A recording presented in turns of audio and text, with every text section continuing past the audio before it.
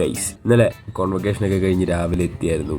ഞാൻ നേരെ അപ്പച്ചിയുടെ വീട്ടിലോട്ട് പോകുന്നു. പുതിയ ഫ്ലാറ്റിലോട്ട് പോയില്ല. അവിടെ ഫുള്ള് കാര്യങ്ങളൊക്കെ ഒന്ന് സെറ്റ് ആവാനുണ്ട്. അതുകൊണ്ട് ഞാൻ അങ്ങോട്ട് പോയില്ല. അവന്മാർ അങ്ങോട്ട് പോയിട്ടുണ്ട്. ഇന്നലെ ഇവിടെ വന്നിട്ട് വീഡിയോ ഒന്നും എടുക്കാൻ പറ്റിയില്ല.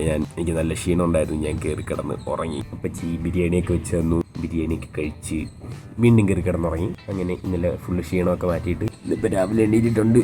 ജോലിക്ക് പോട്ടെ.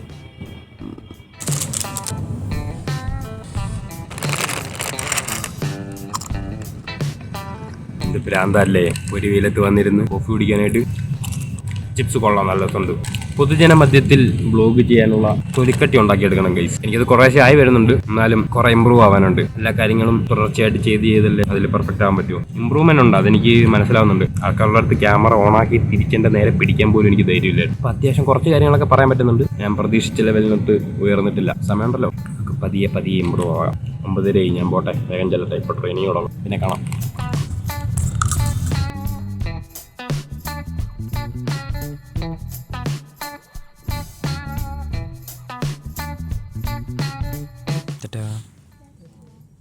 എന്തോ പറയാനുണ്ടെന്ന്.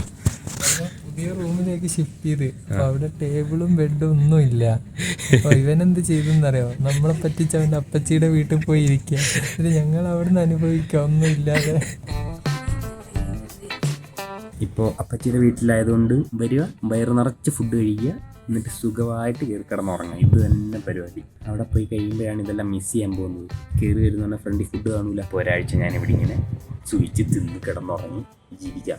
ഒരാഴ്ച കഴിഞ്ഞ് പോവാം. പിന്നെ നാളെ ഒരു എക്സാം ഉണ്ട്. അപ്പോൾ ഞാൻ അതിനത് പഠിച്ചുകൊണ്ടിരിക്കുമായിരുന്നു. ഇനി നാളെ രാവിലെ എണീറ്റ് പോകണം. 8 മണിക്ക് റിപ്പോർട്ട് ചെയ്യണം. അവിടെ 8:30 എക്സാം. 8 മണിക്ക് ശേഷം റിപ്പോർട്ട് ചെയ്യണം. ഇതിന് കുറച്ച് നേരം കൂടെ പഠിച്ചിട്ട് കയറി കിടന്നുറങ്ങട്ടെ.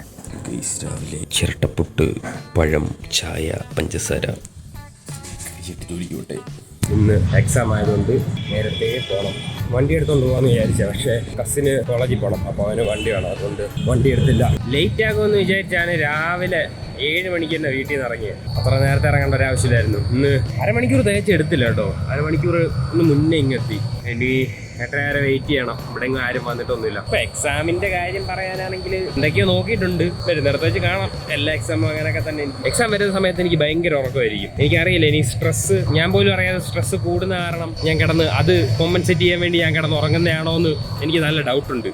കാരണം അമ്മാതിരി ഉറക്കം ഞാൻ ഉറങ്ങുന്ന എക്സാം സമയം ആയി കഴിഞ്ഞാൽ. അല്ലാത്ത സമയത്ത് ഞാൻ ഇതുപോലെ കിടന്നുറങ്ങാറില്ല. അതായത് രാത്രിയും പകലും എല്ലാം കിടന്നുറങ്ങും എക്സാം ആവുന്ന സമയത്ത്. ഓരോരുത്തരും സ്ട്രെസ്സൊക്കെ റിലീഫ് ചെയ്യുന്ന ഓരോ രീതിയിലല്ലേ. എൻ്റെ മോഡ് ഓഫ് സ്ട്രെസ് റിലീഫ് ഉറക്കമായിരിക്കാം. അതുകൊണ്ടാവാം അങ്ങനെ സംഭവിക്കുന്നത്. നോക്കുന്നെങ്കിൽ തൊട്ടോട്ടെ, കുഴപ്പമില്ല. അടുത്ത എക്സാമിന് നോക്കാം. എക്സാമിനോട് ആ ഒരു മൈൻഡിലാണ് ഞാൻ എക്സാം എല്ലാം കാണുന്നത്. ഗായത്രിയൊക്കെ ഇരുന്ന് കുറേ ടെൻഷൻ അടിക്കുന്നുണ്ട്. ഇന്നലെ അവർക്ക് വൈകിട്ടായപ്പോഴത്തേക്ക് തലകറക്കം, ഛർദ്ദിക്കാൻ വരല്, എന്തൊക്കെയോ തോന്നുന്നതാണ് പറഞ്ഞത്. ടെൻഷനായിട്ട് എന്തിനാ ഇങ്ങനെ ടെൻഷൻ അടിക്കുന്നേ? എന്നെപ്പോൾ ഇങ്ങനെ ചില്ലായിട്ടിരിക്കും എല്ലാവരും. എന്തായാലും ഞാൻ പോയി എക്സാം എഴുതിയിട്ട് വരാം. ഇതിന്റെ റിസൾട്ട് ഇന്ന് ഉച്ചയാകുമ്പോൾ തന്നെ വരും. റിസൾട്ട് വന്നിട്ട് കാണാം. സംഭവം എളുപ്പമായിരുന്നു. ചിലപ്പോൾ ശരിയാവും, ചിലപ്പോൾ ശരിയാവില്ല. 1 മണിക്കൂറിൻ്റെ എക്സാമാണ്. 15 മിനിറ്റ് കൊണ്ട് ഞാൻ എഴുതി കഴിഞ്ഞ് ഇറങ്ങിപ്പോകുന്നത്. എനിക്കല്ലെങ്കിൽ ഈ എക്സാം ഹാളിൽ ഒരുപാട് നേരം ഇരിക്കുന്ന ഇഷ്ടമല്ല. എനിക്ക് ആദ്യം ഇറങ്ങണം എക്സാം എഴുതി കഴിഞ്ഞിട്ട്.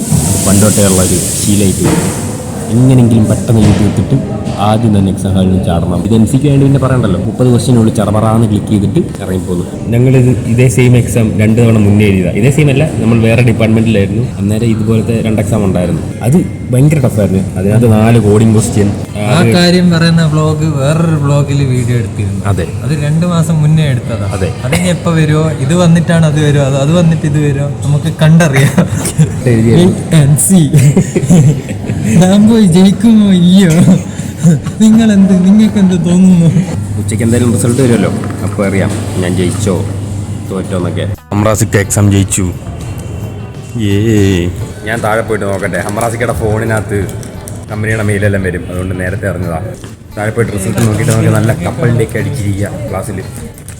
ഞാൻ എക്സാം പാസ്സായി. ഞാൻ മാത്രമല്ല, ഇവള് ഗായത്രിയും പാസ്സായിട്ടുണ്ട്. ഇന്ന് ഫുള്ളതിൻ്റെ സന്തോഷത്തിലായിരുന്നു. ഇവക്ക് ഇന്നലെ രാത്രി 1 മണിക്ക് ഛർദ്ദിൽ തുടങ്ങിയാണെന്ന് പറഞ്ഞ ടെൻഷൻ അടിച്ചിട്ട്. എല്ലാം മാറിയില്ലോ അല്ലേ? 22-ാം തീയതി. ഓ അത് ശരി, അത് ഞാൻ മറന്നു. ഓക്കെ, മാർച്ച് 21-ന് വീണ്ടും ഛർദ്ദി തിരിച്ചു വരുന്നതായിരിക്കും. അപ്പോൾ ഇന്നത്തെ സ്റ്റേജ് ഗേറ്റ് പാസ്സായ സന്തോഷത്തിൽ നമ്മൾ എന്താ കഴിക്കാൻ പോകുന്നത്? അതെ, മോമോസ്. നമുക്ക് ഗായത്രി ഇന്ന് മോമോസ് വാങ്ങി തരുന്നതായിരിക്കും. ഓ നിന്നെ ഇതിക്കുള്ളൊന്ന് ലുക്കാക്കാനുണ്ട്. അത് ആരെങ്കിലും കാണട്ടെ. അപ്പോഴല്ലേ ചെക്കന്മാരൊക്കെ കാണുന്നത്.